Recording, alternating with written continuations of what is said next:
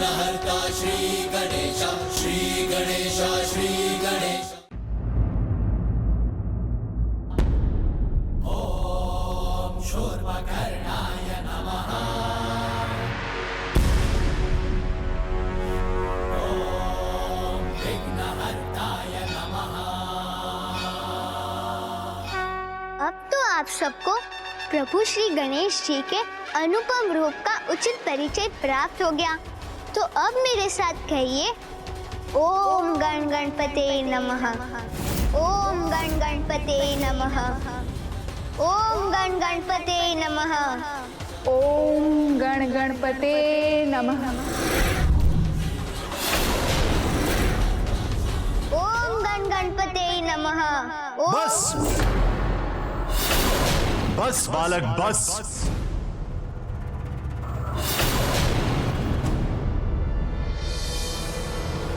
तुम कहते हो कि परम ब्रह्म है वो जिनके ऊपर संपूर्ण संसार का भार है, तो क्या उनके पास इतना समय है कि तुम्हारी जैसे तुच्छ कीड़ की प्रार्थना सुनकर, तुम्हारी पुकार सुनकर तुम्हारी रक्षा करने के लिए आएगा? हाँ, वो अवश्य सुनेंगे मेरी पुकार।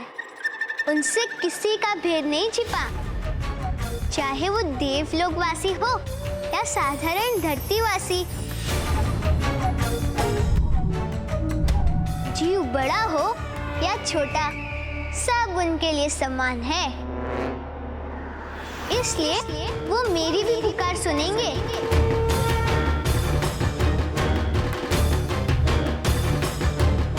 जैसे उन्होंने एक मेंढक दंपति की सुनी थी।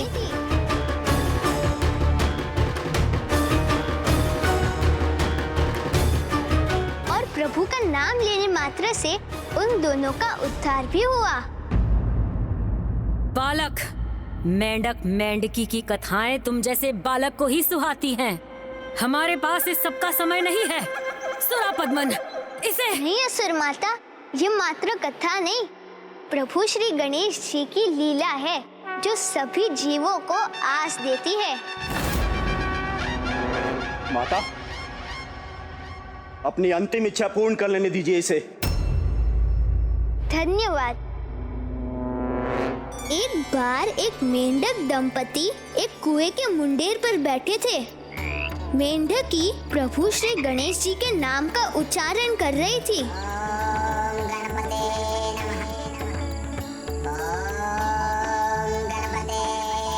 किंतु उसके पति को ये नहीं भाया, क्योंकि उसके अनुसार एक पत्नी की निष्ठा मात्र उसके पति के लिए ही होनी चाहिए।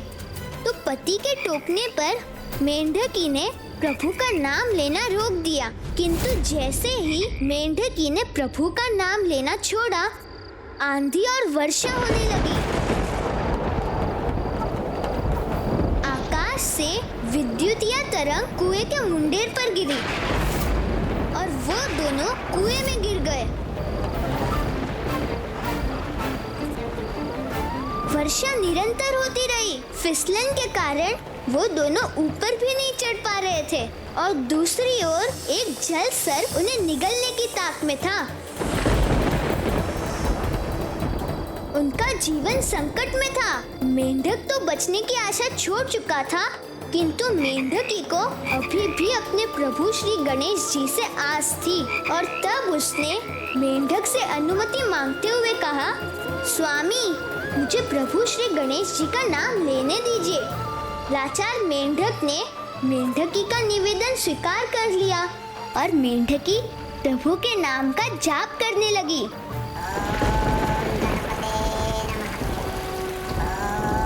और उधर उस सर्प ने भी अपना मुंह खोलकर वार किया। और तब जैसे ही सर्प उनके निकट पहुंचा, कुएं में कुछ गिरा। मेंढक ने तो भयभीत होकर अपने नेत्र बंद कर लिए, किंतु मेंढकी को अपने प्रभु पर इतना अटूट विश्वास था कि उसे लगा कि वो प्रभु श्री गणेश जी की सुन है। और जब मेंढक ने अपने नेत्र खोले और पाया कि वो एक जल के पात्र में है, सुरक्षित है, मेंढकी ने कहा, प्रभु दयानिधान श्री गणेश जी ने उनकी रक्षा की। किंतु मेंढक को तो प्रभु पर विश्वास नहीं था, तो वो बोला, ये तो एक मात्र संयोग है। वास्तव में हमारी रक्षा तो इस व्यक्ति ने की है, जिसने इस पात्र को जल में डाला और हम दोनों को बाहर निकाला। इसलिए तुम्हारे गणेश जी में विश्वास व्यर्थ है। तो अब यदि तुमने अपने पति की अवज्ञा की, तो तुम अपने पति का अपमान करने का अधर्म करोगी। उसके पति की बात सुनकर मेंढकी सहम गई और शांत हो गई।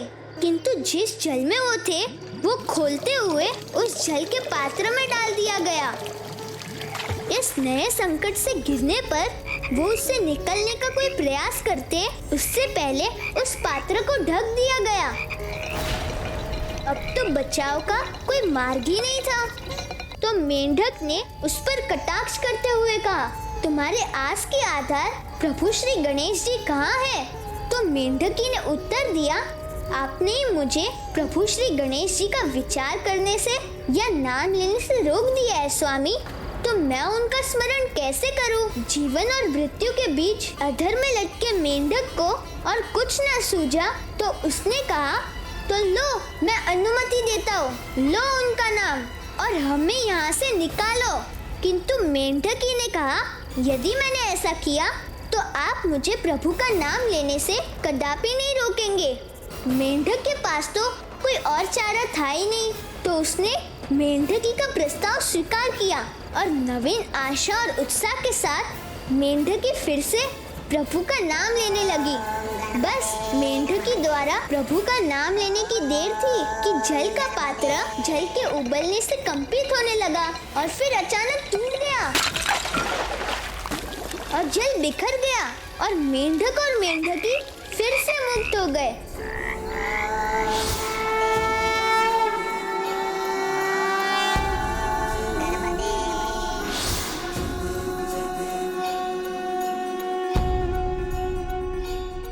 जिस प्रकार विघ्नहर्ता श्री गणेश जी का नाम लेने से उन दोनों के जीवन की निराशा आशा में परिवर्तित हो गई, उसी प्रकार यदि कोई भी जीवन की किसी विकट समस्या से जूझकर निराशा के समुद्र में डूब रहा हो, तो अपने भीतर की आशा को जगा कर रखना चाहिए।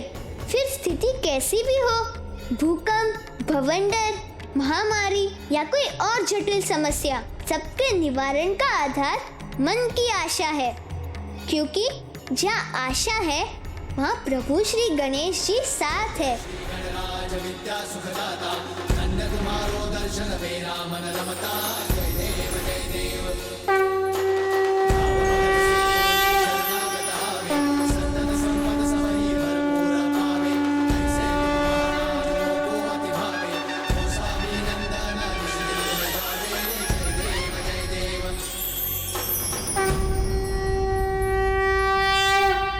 और मेरी क्या आशा है, ये भी सुन लीजिए। मेरे प्रभु कार्तिकेय मात्र मेरी रक्षा के लिए नहीं, अपितु कुटिलता, कपट, दुष्टता, अधर्म का अंत कर धर्म की स्थापना के लिए भी यहाँ आएंगे। और जब तक आस है तब तक श्वास है, और जब तक मेरे प्रभु श्री गणेश जी मेरे साथ है, तब तक ना कोई मुझसे मेरी आस छीन सकता है, न मेरी श्वास। जयंत की भक्ति और प्रभु कार्तिकेय की शक्ति पर विश्वास रखिए देवराज। अपना व्रत संपन्न करने के उपरांत वो स्वयं उसे मुक्त कराएंगे।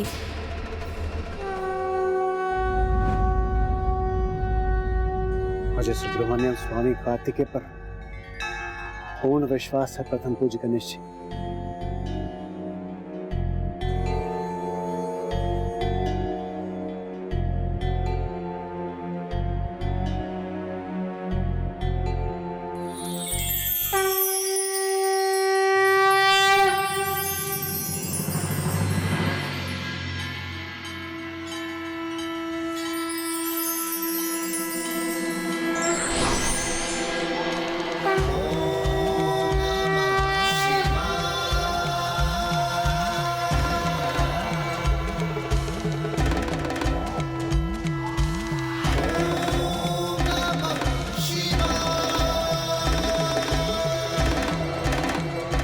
प्रणाम प्रभु। प्रणाम माता। कल्याण। कल्याण।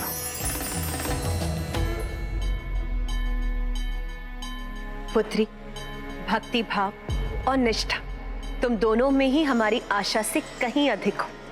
हम अत्यंत प्रसन्न हैं। पुत्री, तुमने वो उदाहरण दिया है जो अतुलनीय है।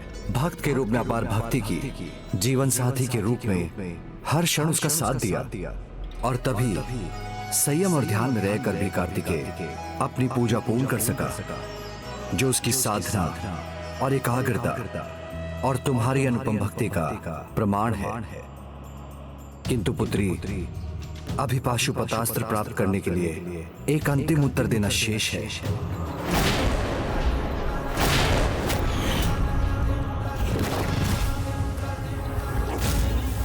जिस प्रकार अब तक की यात्रा में तुमने एक श्रेष्ठ संगनी होने का उदाहरण प्रस्तुत किया है, तो क्या उसी प्रकार तुम उसके स्थान पर रहकर इस प्रश्न का उत्तर दे सकोगी?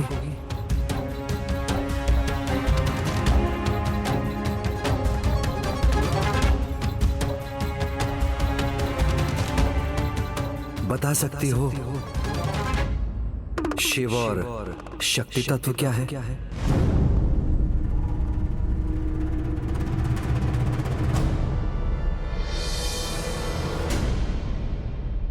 तुम्हारा उचित उत्तर ही उसे पाशुपतास्त्र पाने में सफल कर सकेगा, अन्यथा उसकी संपूर्ण यात्रा और उसकी साधना विफल हो जाएगी।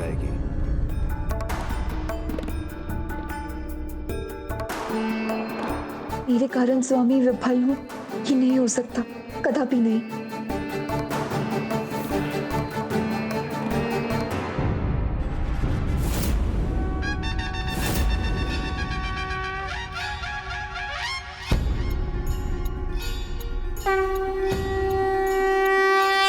प्रभु महादेव, स्वामी के स्थान पर आपके प्रश्न का उत्तर मैं अवश्य दूंगी।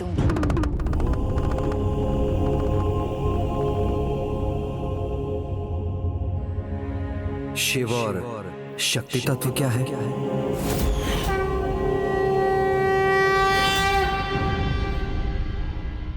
शिव और शक्ति एक दूसरे से विलग नहीं है। शिव तत्व में शक्ति और शक्ति तत्व में शिव समाहित है।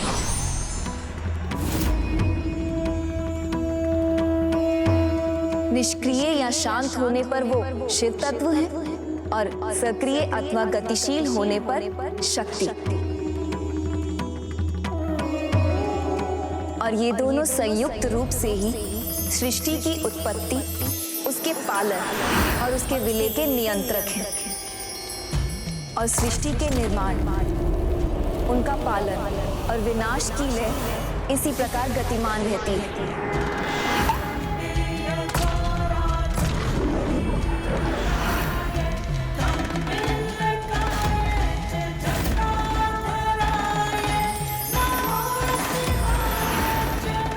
जिस प्रकार जब तक हाथ पेड़ से तोड़कर फल जीवा तक ना ले जाए, तब तक प्राणी को उसके स्वाद का पता नहीं चलता, उसी प्रकार शक्ति गतिमान होकर शिव को संसार के प्रति उनके हृदय में भाव जगाती है। और फिर दोनों के परस्पर सहयोग से संसार भी गतिमान होता है। उसी प्रकार मेरे सहयोग से स्वामी की पूजा भी पूर्ण हो रही है।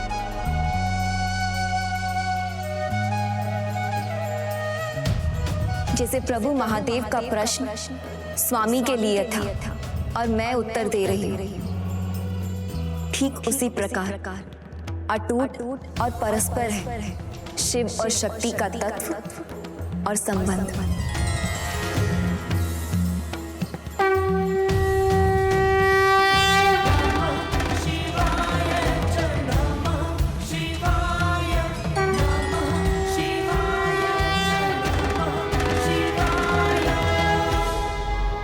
शिव और शक्ति के भांति पति और पत्नी भी अभेद हैं और एकाकार होकर नई रचना का निर्माण करते हैं, आगे बढ़ते हैं। यही शिव शक्ति तत्व है। पुत्री, तुमने न केवल पति पत्नी के पावन संबंध, न केवल शिव और शक्ति के दिव्य बंधन को समझाया है, अपितु इस अंतिम परीक्षा में भी पुत्र कार्तिकेय को सफल बनाया है। अब वो पाशुपतास्त्र पाने और उसे धर्म युद्ध में उसका प्रयोग करने के लिए सर्वथा योग्य है।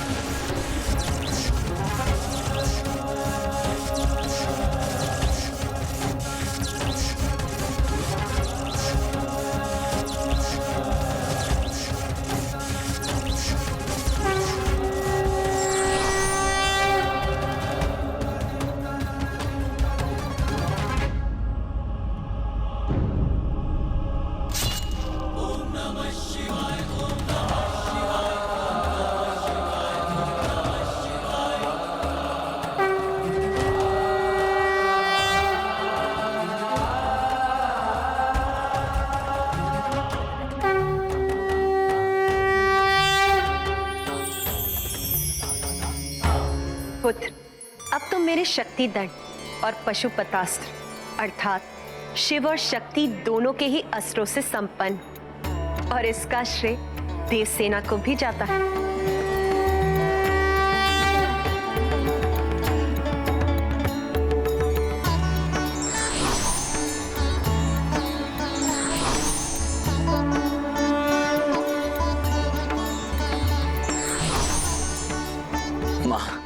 पिताश्री, आपके इस पुत्र पर आप दोनों की इस कृपा के लिए आपको कोटि कोटि धन्यवाद। अब आप दोनों मुझे ये आशीष दीजिए कि मैं अपना कर्तव्य पूर्ण कर सकूं। सफल भव। पुत्र, हमारा आशीष सदा तुम्हारे साथ है कि तुम धर्म का प्रतीक बन अधर्म का नाश करो।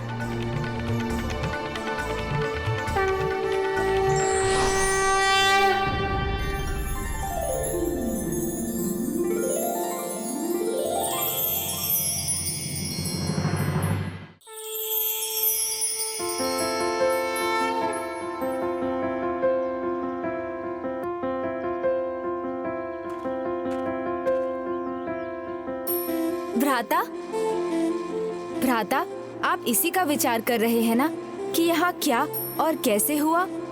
ये तो आपकी परम भक्त कुमारी देवसेना जी की भक्ति के चरम का ही परिणाम है।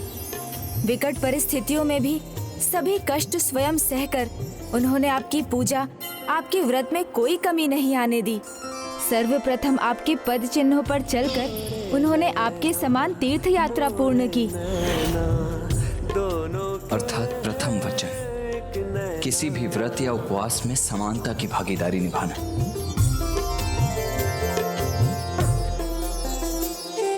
फिर यहाँ पहुँचने के उपरांत आपके व्रत का सम्मान करते हुए प्रत्येक पग पर आपकी सहायक बनी।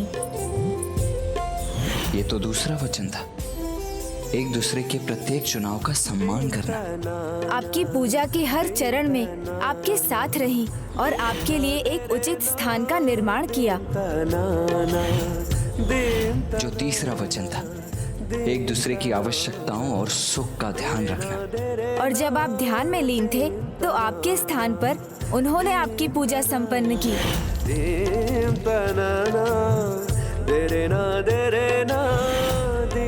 चौथा वचन, प्रत्येक अवस्था में एक दूसरे के दायित्व निभाने में साथ देना। माता, मुझे आशीर्वाद दीजिए कि मैं ये पूजा संपन्न कर सकूं। और पांचवा वचन है, एक दूसरे से विमर्श किए बिना कुछ नहीं करना। इतना ही नहीं भ्राता, मूसलाधार वर्षा में भी उन्होंने आपके व्रत, आपके ध्यान को ही सर्वोपरि माना। जलधारा को आप तक पहुंचकर आपका ध्यान भंग नहीं करने दिया। सदैव एक दूसरे का सम्मान करना, किसी भी कारणवश एक दूसरे का अपमान कदापि नहीं होने देना। तुमने मेरे लिए इतना कुछ किया, मैं उसका धन्यवाद कैसे करूं? धन्यवाद कैसा स्वामी, मैंने तो बस अपना कर्तव्य निभाया। आश्चर्य है, एक पत्नी विवाह के बंधनों में बंध कर भी जो कार्य नहीं कर पाती, तुमने तो उन्हीं वचनों को निभा दिया है। अब इसका क्या अर्थ समझूं मैं? कदाचित अब भाभी माँ से भ्राता विवाह की बात करेंगे। आप इसे मेरी श्रद्धा कहे या सेवा, ये तो आपके ऊपर है स्वामी, किंतु मैंने जो किया वो तो अटूट भक्ति से ही प्रेरित था। और मुझे आशा है कि जिस प्रकार मेरे हृदय ने आपको स्वीकार किया, उसी प्रकार आप भी मुझे स्वीकार करेंगे। आपने मेरे लिए जो कुछ भी किया है, मैं उससे बहुत प्रभावित हूँ और आपको धन्यवाद भी करता हूँ। मैं आपको स्वीकार करता हूँ।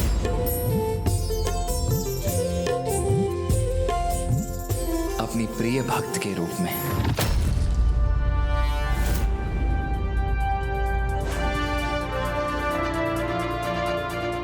मैं अपनी कृतज्ञता व्यक्त करने के लिए और बहुत कुछ कहने का इच्छुक हूं, किंतु अभी मैं अपना ध्यान कहीं भी भटकने नहीं दे सकता, क्योंकि अभी मेरा कार्य अधूरा है। मुझे अभी अधर्म का नाश करने और अधर्मियों को दंडित करने का कर्तव्य भी निभाना है।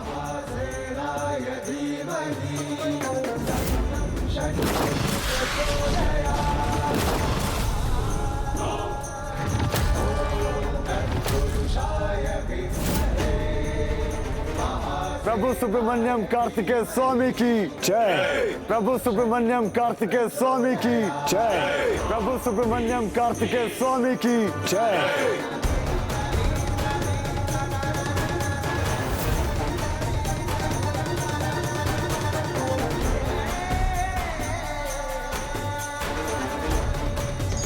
प्रभु सुब्रमण्यम कार्तिकेय स्वामी की जय। प्रभु सुब्रमण्यम कार्तिकेय स्वामी की जय।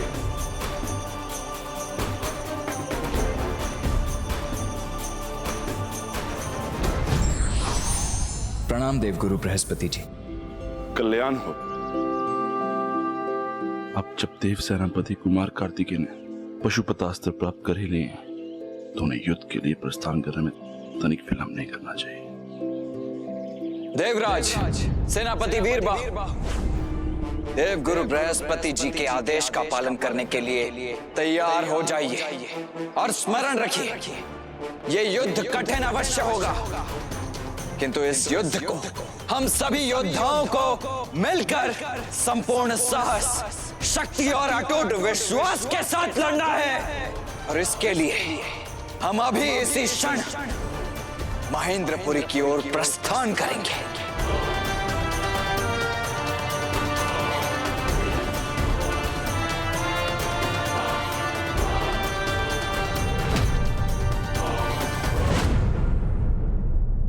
मूर्ख समझने की भूल कर रहा है मुझे ये बालक।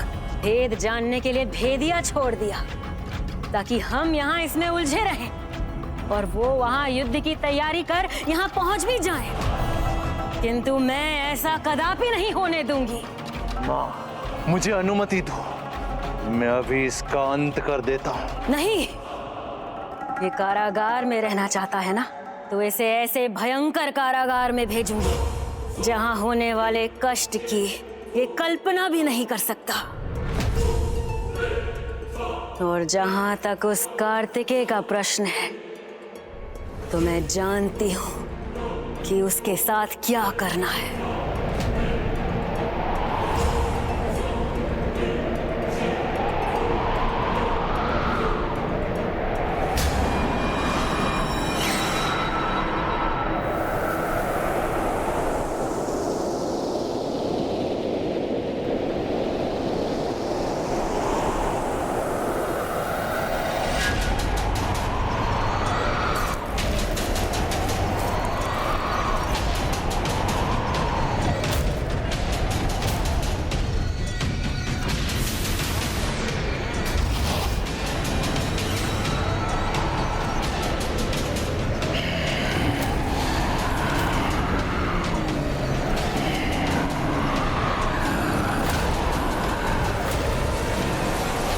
भ्राता, मुझे आज्ञा दें, मैं यहाँ से महेंद्रपुरी तक अपनी सूंड से पुल बना दूंगा, जिससे हमारी सेना वहाँ तक पहुँच सके।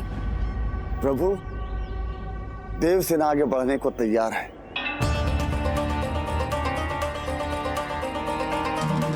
हाँ देव सेनापति, हमारी सेना युद्ध के लिए तैयार है, किंतु मुझे ऐसा प्रतीत हो रहा है जैसे आप किसी की प्रतीक्षा में हैं। नहीं देवराज, हमें इसी क्षण कूच करना चाहिए।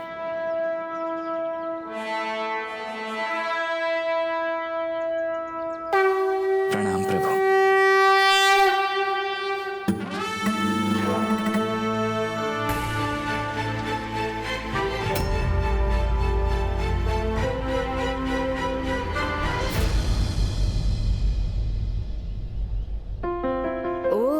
तो भ्राता भाभी माँ की ही प्रतीक्षा में थे।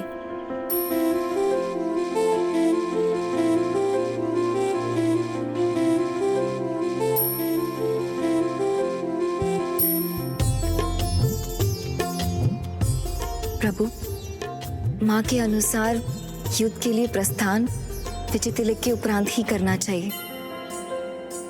ये सौभाग्य मुझे प्रदान करने की कृपा कीजिए। तोरे नैना मोरे नैना दोनों के हैं एक नैना, हो तोरे नैना मोरे नैना दोनों के हैं एक नैना, तोरे नैना मोरे नैना दोनों के हैं एक नैना, तोरे नैना मोरे नैना दोनों के हैं एक नैना।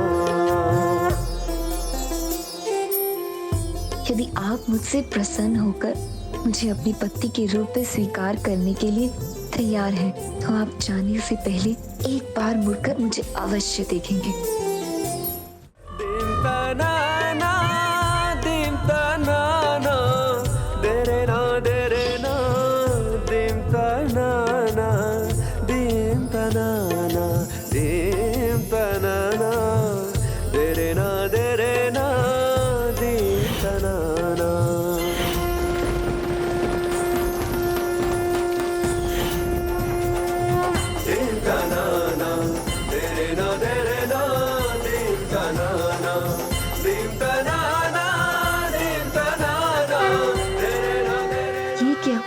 प्रभु ने तो चाहते मुझे देखा ही नहीं।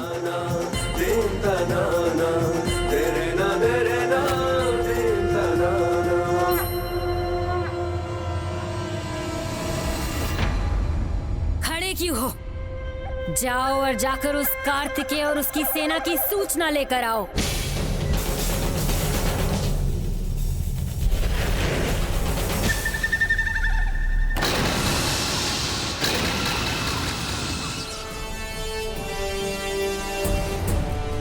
मुझे विश्वास है आप मुझे निराश नहीं करेंगे प्रभु। एक बार अवश्य मुड़ेंगे, देखेंगे मुझे। वो मुड़ क्यों नहीं रहे, मुझे देख क्यों नहीं रहे? क्या मेरी ये आशा निराशा बन जाएगी?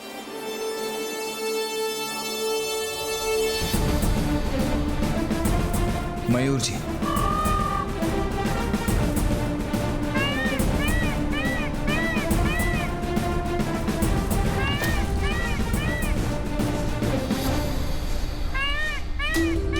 प्रभु तो अपने वाहन मयूर जी पर सवार भी हो गए।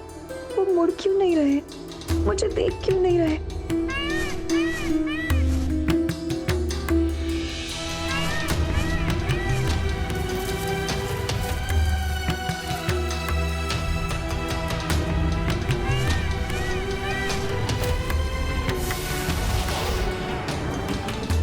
युद्ध ही दुष्टता के अंत का अंतिम उपाय है, तो अब वही करूंगा मैं। किंतु अधर्म, अनाचार को रोके बिना अब मैं भी नहीं रुकूंगा। प्रभु सुब्रमण्यम कार्तिकेय स्वामी की जय। प्रभु सुब्रमण्यम कार्तिकेय स्वामी की जय।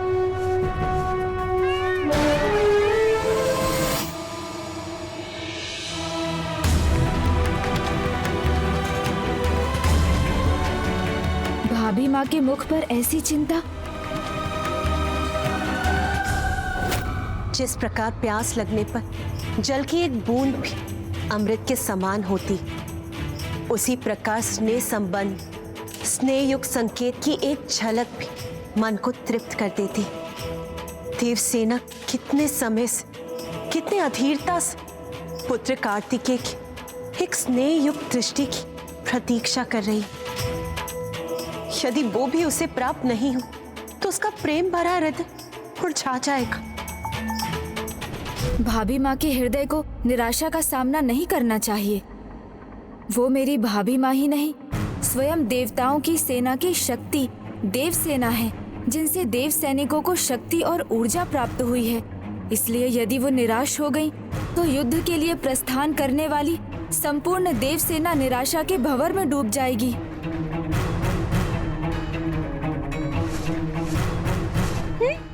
नहीं देख रहे हैं प्रभु।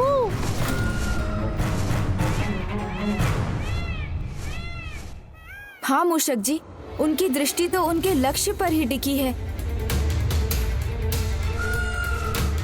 उन्होंने नहीं देखा, अभी भी नहीं देखा भाभी माँ को।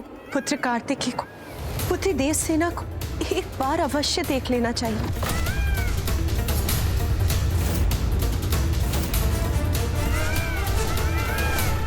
नहीं, अब तो स्वामी प्रस्थान करने वाले। अब मेरी रही सही आशा भी बिखर रही है।